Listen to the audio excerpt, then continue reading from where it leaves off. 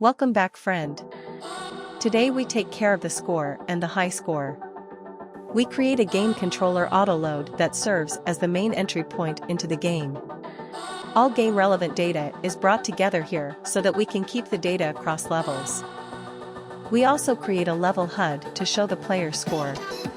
At the end, we swap out the ugly default font and make it beautiful.